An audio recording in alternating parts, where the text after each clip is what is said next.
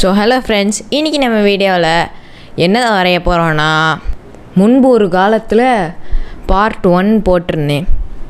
அது போய் நீங்களே பார்த்துட்டு வாங்க, பார்த்துருப்பீங்க. அதில் நான் ஒன்று சொல்லியிருப்பேன், 10 நாளில் 5 வீடியோ போட்டு உங்களுக்கு ஃபுல்லாக ஷேடிங்களும் கற்றுக் கொடுத்துருவேன்ட்டு. ஆனால் கால சூழ்நிலை. ஸோ இப்போ நம்ம பார்ட் 2க்குள்ளே போகலாம். பார்ட் 2 இது பார்ட் 1ல் டைப்ஸ் ஆஃப் ஷேடிங் பண்ணியிருந்தோம். இப்போ அந்த ஷேடிங்கை எப்படி பிளெண்ட் பண்ணுறது, ஸ்மர்ஜ் பண்ணுறது, ஸ்மூத் ஆக்குறது, எதுனாலும் சொல்லிக்கலாம். ஸோ ஆரம்பிக்கலாங்களா?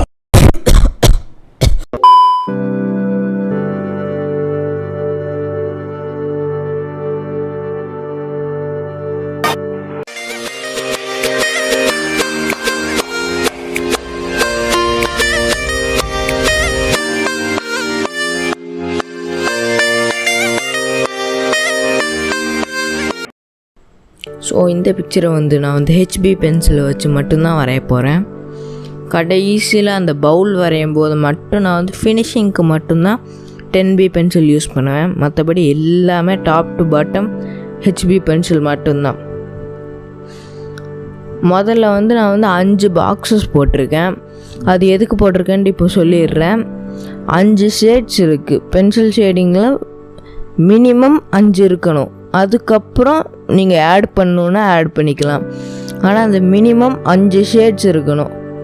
அதில் highlight, light, medium, dark, high dark, இந்த மாதிரி பிரிச்சுருங்க. அதுக்கப்புறம் நார்மலில் முதல்ல நீங்கள் ப்ரெஷரை நார்மலாக பென்சிலை எப்படி பிடிப்பீங்களோ அப்படி பிடிச்சி ப்ரெஷர் அதிகமாகவும் கொடுக்காமல் கம்மியாகவும் கொடுக்காமல் நார்மலாக வச்சு பண்ணுங்கள். அப்படி பண்ணும்போது நம்ம போன டைப்ஸ் ஆஃப் ஷேடிங்குன்ட்டு பார்த்தோம். அந்த மாதிரி எந்த டைப்ஸ் ஆஃப் ஷேடிங்லேயும் நீங்கள் ஷேட் பண்ணிக்கலாம். அப்படி ஷேட் பண்ணும்போது கொஞ்சம் நெருக்கமாக ஷேட் பண்ணுங்கள். அப்போ தான் பார்க்குறதுக்கு அழகாகவும் இருக்கும், மெர்ஜ் பண்ணுறதுக்கு ஈஸியாகவும் இருக்கும். இந்த மாதிரி நெருக்கமாக ஷேட் பண்ணுங்கள். நான் ஹேட்சிங் டெக்னிக் தான் எனக்கு பர்சனலாக ஃபேவரட், ஈஸி எல்லாமேங்கிறதுனால நான் அதை தான் யூஸ் பண்ணுறேன். உங்களுக்கு எந்த மெத்தடு ஈஸியாக கன்வீனியண்ட்டாக இருக்கோ நீங்கள் அந்த மெத்தட் யூஸ் பண்ணலாம்.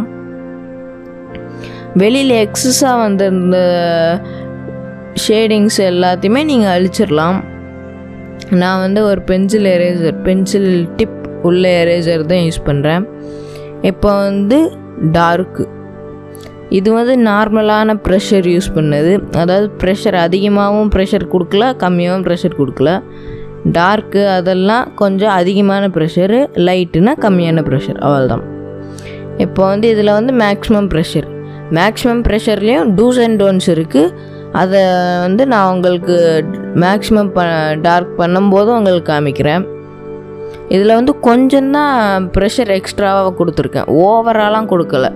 டார்க்கில் அந்த டார்க்கில் கொஞ்சம் தான் வித்தியாசம் இருக்கும். இப்போ மேக்ஸு, இந்த மேக்ஸில் அதாவது மேக்ஸிமம் இதில் நான் அதே டார்க் மாதிரி தான் கொடுக்கேன்.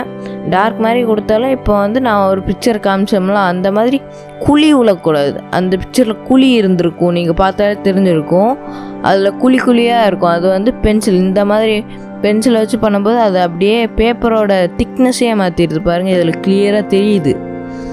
இந்த மாதிரி பண்ணவே கூடாது. இதில் நான் பென்சிலை வச்சு காமிக்கிறேன். பென்சில் அப்படியே ஒரு பம்ப் மாதிரி ஆகும்.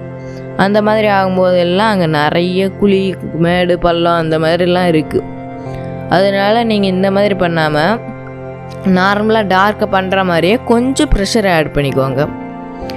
அதே மாதிரி தான் வருதுங்கிறப்போ நீங்கள் இந்த மாதிரி ஒரு வாட்டி பண்ணிக்கோங்க. அதுக்கப்புறம் அதோட ஆப்போசிட் டைரெக்ஷன்லேயும் ஒரு வாட்டி ஷேட் பண்ணிக்கோங்க. காணலைன்னா அதுக்கு ஆப்போசிட் டயக்னலாக ஷேட் பண்ணுங்க, அவ்வளோதான், வேறு ஒன்றும் இல்லை. இப்போ லைட்டுக்கு போகலாம். லைட்டுக்கு ப்ரெஷரை கம்மி பண்ணிடணும், அவ்வளோதான். நீங்கள் முதல்ல ப்ராக்டிஸ் பண்ணுறது என்ன, நீங்கள் முதல்ல இதை ப்ராக்டிஸ் பண்ணிக்கோங்க. அதுக்கப்புறம் டைப்ஸ் ஆஃப் ஷேடிங் பண்ணுங்கள். ஏன்னா டைப்ஸ் ஆஃப் ஷேடிங்லேயே ஹேட்சிங்கில் அவ்வளோ இதெல்லாம் ஆகலை. இப்போ நான் மெர்ஜ் பண்ணிக்கிறேன். இதில் நான் அவ்வளோ டீட்டெயிலாக சொல்ல, அதாவது இந்த வீடியோவில் சொல்லியிருக்கேன், இந்த இதில் சொல்ல.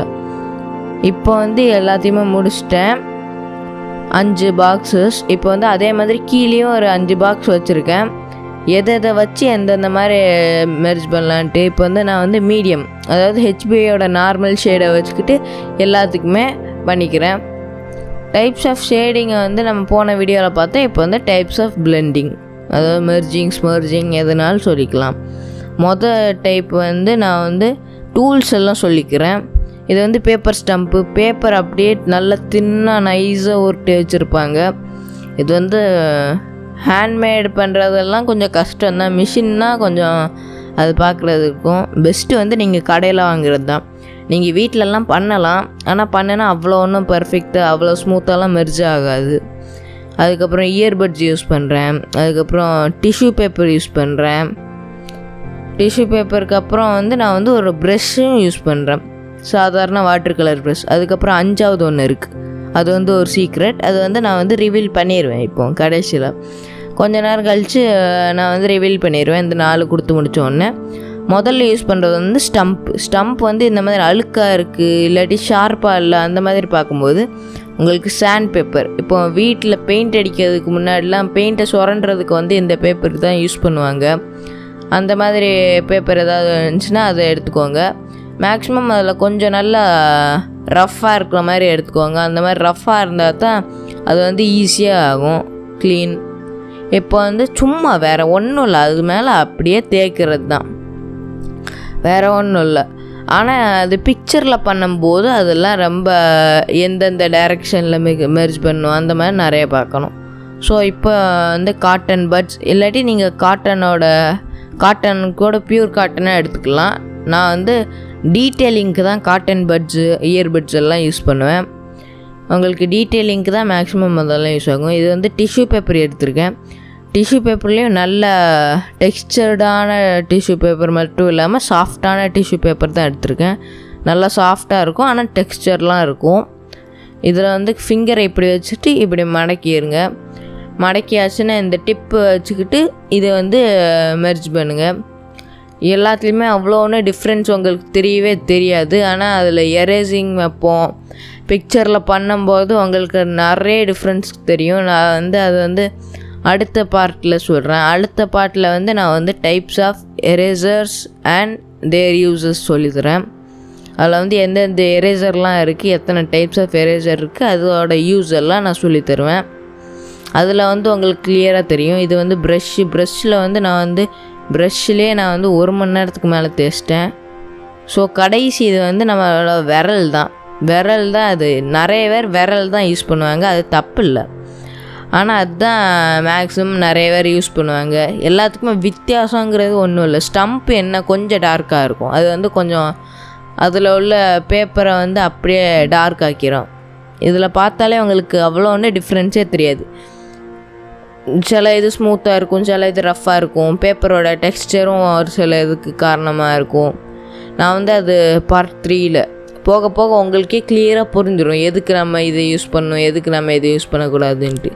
அதே மாதிரி இதில் மேக்ஸிமம் யூஸ் பண்ணும்போது இதில் ரொம்ப அமுக்காதீங்க. பேப்பரோட டெக்ஸ்சரே மாறக்கூடாது. அதுக்கு மேலே அப்படியே ஒரு லேயர் மாதிரி தான் இருக்கணும். அது பேப்பரே டிஸ்டர்ப் பண்ணக்கூடாது. இப்போ வந்து நம்ம வந்து இந்த டோன் டிஃப்ரென்ஸை வச்சு, அதாவது high, normal, dark, highlight, light இதெல்லாம் வச்சு ஒரு பிக்சர் வரைய போகிறேன். அதுக்கு வந்து நான் வந்து ஒரு ஸ்டில் லைஃப் பிக்சர், அதாவது ஒரு பவுல் எடுத்துக்கிறேன். ஸ்டில் லைஃப்னால் இப்போது நிறைய பேர் ப்ராக்டிஸ் பண்ணுறதுக்கு அந்த மாதிரி நிறைய பேர் சொல்லுவாங்க. இது வந்து பவுல் எடுத்துருக்கிறேன், சில்வர் பவுல் எடுத்துருக்கிறேன். சில்வர் பவுலில் தான் அது வந்து நல்லா ஷேடிங்லாம் ஆப்ட் ஆகும், அதுங்களால நான் வந்து எடுத்துருக்கிறேன். இதில் வந்து ஹேட்சிங் டெக்னிக்காக தான் இருக்குது. மேலே உள்ள பகுதியெல்லாம் ஹேட்சிங் டெக்னிக்கில் இருக்குது. நான் வந்து பிக்சரை காமிக்கிறேன். அது மட்டும் இல்லாமல் உங்களுக்கு டவுன்லோட் பண்ணணுன்னா பிக்சர் லிங்க்கும் டிஸ்கிரிப்ஷனில் இருக்குது. நீங்கள் அப்படியே கீழே ஸ்க்ரோல் பண்ணாலே, இந்த வீடியோக்கு கீழே ஸ்க்ரோல் பண்ணாலே பிக்சர் லிங்க்குன்ட்டு வரும். அதை கிளிக் பண்ணாலே உங்களுக்கு டைரெக்டாக ஆயிரும். அதில் டவுன்லோட் பண்ணிக்கோங்க. இது வந்து பியூர் ஹேட்சிங் டெக்னிக் தான். அந்த ஹேட்சிங்கில் கொஞ்சம் ப்ரெஷர் கூட்டணும் குறைக்கணும், அது மட்டும்தான், வேறு ஒன்றும் இல்லை. அதை வந்து இந்த ப்ரெஷர் கண்ட்ரோலில் நான் சொல்லி கொடுத்துட்டேன். நீங்கள் வந்து ப்ரெஷர் கண்ட்ரோலை ரொம்ப பார்க்கணும். நீங்கள் டைப்ஸ் ஆஃப் ஷேடிங்கோடு இது ஃபஸ்ட்டு பழகிட்டால் அது வந்து பெட்டர். இப்போ வந்து இந்த பிக்சரில் பார்த்தீங்கன்னா ஹேட்சிங் டெக்னிக் இருக்குது. நடுவில் நான் இப்போ காமிச்ச இடத்துல வந்து பிளெண்டிங் டெக்னிக் இருக்குது. அதாவது பிளெண்ட் பண்ணிவிட்டு அந்த இடத்துல வைக்கிறது. இது வந்து கிராஸ் ஹேட்சிங்கு, அதுக்கப்புறம் இங்கே பிளெண்டிங்கு, சுற்றி பிளெண்டிங் தான் இருக்குது. அதனால் இப்போ வந்து செகண்ட் பார்ட்டுங்கிறதுனால நான் வந்து பிளெண்டிங்கு சொல்லி கொடுப்பேன். முதல்ல வந்து ஷேடிங் தான் பண்ணிக்கணும். நீங்கள் வந்து ஃபுல்லாக ஷேட் பண்ணிக்கணும், இல்லாட்டி ஸ்டெப் பை ஸ்டெப்பாக இப்போது ஒரு பகுதி ஷேட் பண்ணதுக்கப்புறம் அதை மெர்ஜ் பண்ணிடணும், அந்த மாதிரி. அது வந்து உங்கள் ஸ்டைல், உங்கள் இஷ்டம். நீங்கள் வந்து எப்படினாலும் பண்ணிக்கலாம். எனக்கு வந்து ஹியூமன் பிக்சர்லாம் ஒரு சின்ன பார்ட், இப்போது கண்ணை முடிச்சுக்கணும், ஸ்கின்னை முடிச்சுக்கணும், அந்த மாதிரி நான் பண்ணுவேன். இது பவுல் ஈஸிங்கிறதுனால நான் வந்து ஃபுல்லாகவே பண்ணிட்டேன். ஸோ இதில் வந்து ஒரு குறிப்பிட்ட அளவு தான் டார்க்கெல்லாம் கொடுக்கணும். இப்போ இவ்வளோ தான், இதுக்கு மேலே கொடுத்தா அது வந்து பேப்பரோட டெக்ஸ்சர் மாறிடும். அதனால் அது ஒன்றில் ரொம்ப கவனமாக இருக்கணும். இப்போ வந்து நான் வந்து எல்லா டோனையும் கொடுத்துருக்கேன். லைட்டு நடுவில் வரும், அது வந்து மெர்ஜ் பண்ணும்போது தான் வரும். இப்போ வந்து மீடியம் வந்து இந்த சைடில் இருக்குது. அதுக்கப்புறம் டார்க் வந்து ரெண்டு இந்த லெஃப்ட் சைட்லேயும் ரைட் சைட்லேயும் இருக்குது. அதுக்கு நடுவில் வந்து டார்க் இருக்குது. ஸோ சுற்றி டார்க்காக தான் இருக்குது. ஹை டார்க் வந்து இன்னும் வரலை. ஹை டார்க் வந்து நீங்கள் இதிலே கொடுக்கலாம். ஆனால் வந்து ஹெச்பி பென்சிலில் டார்க்காக கொடுத்துட்டா 10B பென்சில் வந்து அதுக்கு மேலே ஒழுங்காக ஏறாது. அதனால் நான் வந்து ஹெச்பி பென்சிலை அப்படியே விட்டுட்டேன். கொஞ்சம் டார்க்லேயே இருக்கட்டும்ன்ட்டு. அப்போ தான் ஹை டார்க் அதுக்கு மேலே ஏறும். இப்போ வந்து நான் வந்து அழிக்கிறதுக்கு வந்து பென்சில் டிப் எரேசரும் நார்மல் எரேசர் தான் யூஸ் பண்ணுறேன். இப்போ வந்து ஹெச்பி பென்சிலை வச்சு, அதாவது நார்மல் பென்சில் கடையில் கிடைக்கிறது எல்லாம் நார்மல் பென்சில் தான், அந்த பென்சிலை வச்சு அவ்வளோ வரைக்கும் பண்ணிட்டேன். இப்போ வந்து கொஞ்சம் டார்க் ஆர்ட் பண்ணுறதுக்கு நான் வந்து 10B பென்சில் யூஸ் பண்ணுறேன். அது லெட்டே உங்களுக்கு வித்தியாசத்தை காமிச்சிரும். ஸோ இப்போ வந்து நம்ம ஆரம்பிக்கலாம். விளையாட்டு காட்டுறாங்க, எப்படி எல்லாம் சோதிக்கிறாங்க. இங்க படுத்துற நிமிஷம்னால தாங்க முடியலையே. ஆமாம், இந்த 10B பென்சில் லெட்டுனாலே ரொம்ப உடஞ்சிக்கிட்டே இருக்கும். அது உள்ளே உடஞ்சிருக்கும். அதனால் நீங்கள் வந்து கொஞ்சம் ஷேடு, அதாவது கொஞ்சம் ஷார்ப் பண்ணி வச்சுக்கோங்க. ரொம்பலாம் ஷார்ப்பாக வேண்டாம். அதனால் அதை கொஞ்சம் பார்த்தே ஷார்ப் பண்ணுங்கள். நிறைய பேருக்கு இந்த பிரச்சனை வந்திருக்கும் ஆர்ட் லைன் பென்சிலில்.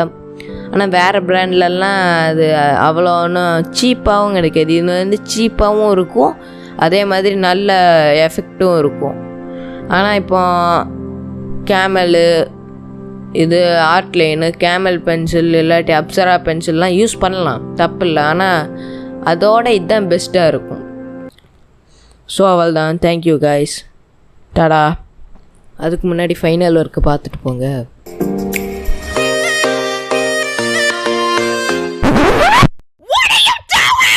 வெளியே போங்கடா, ஐயோ ராஸ்கல்களா.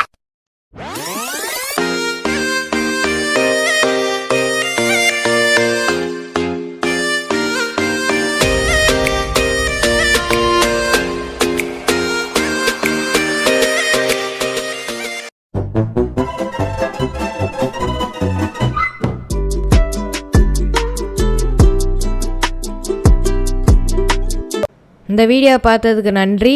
இந்த வீடியோ பிடிச்சிருந்தா லைக் பண்ணுங்கள், ஷேர் பண்ணுங்கள், கமெண்ட் பண்ணுங்கள்.